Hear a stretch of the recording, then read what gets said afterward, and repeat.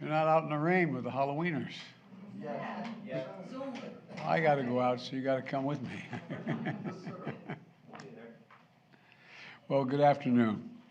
This is a very short statement, but a consequential one in my view. Putin's invasion of Ukraine in March set gas prices soaring literally around the world, not just here, but around the world. And because of the action we've taken since then, gas prices have actually come down, going into the Strategic Petroleum Reserve here at home in America. They're down more than $1.20 since their peak this summer, and they've been falling for the best part of the last 3 weeks. In June, the average price, not the most common price, but the average price nationwide was over $5 a gallon. Today, the average price for a gallon of gas is $3.76. That's adding up to real savings for American families, the difference between those prices. And this difference makes a difference in a difficult time. Americans across the country have stepped up to do the right thing. But not everyone stepped up. The oil industry has not. It has not met its commitment to invest in America and support the American people. One by one, major oil companies have reported record profits, not just a fair return for hard work. Every company is entitled to that, a fair return for the work they do or innovation they generate. I mean profits so high it's hard to believe. Now, the second quarter, the profits were really high, but the third quarter, last week, Shell announced that it made $9.5 billion in profits for the third quarter.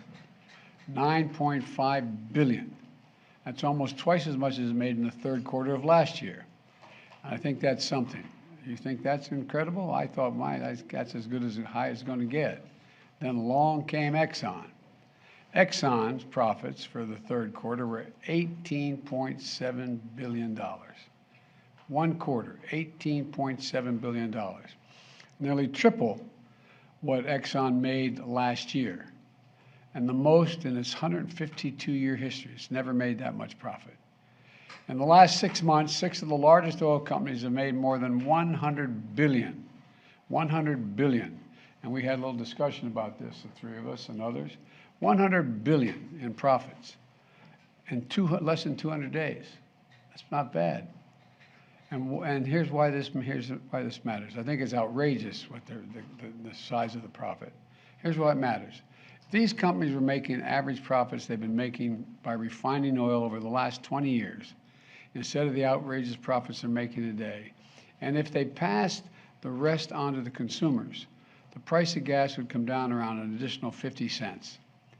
If they're investing their profits at historic rates in their U.S. operations, then America would be producing more oil today, and prices would be down even further. But rather than increasing their investments in America or giving American consumers a break, their excess profits are going back to their shareholders and they're buying back their stocks, so the executive pays are going to skyrocket. Give me a break. Enough is enough. Look, I'm a capitalist. You've heard me say this before. I have no problem with corporations turning a fair profit or getting a return on their investment in innovation. But this is remotely what's happening.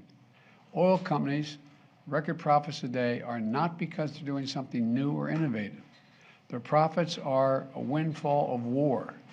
The windfall from the brutal conflict that's ravaging Ukraine and hurting tens of millions of people around the globe.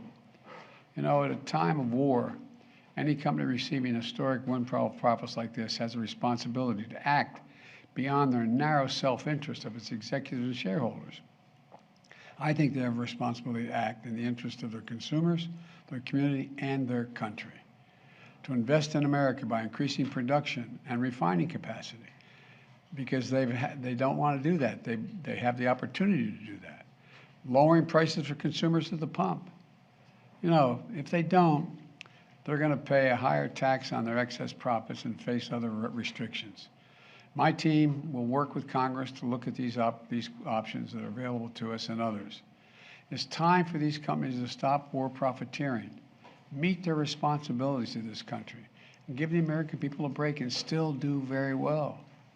The American people are going to judge who's standing with them and who is only looking out for their own bottom line. I know where I stand, And I want to let you, I'm going to hear more from me about this when the Congress gets back.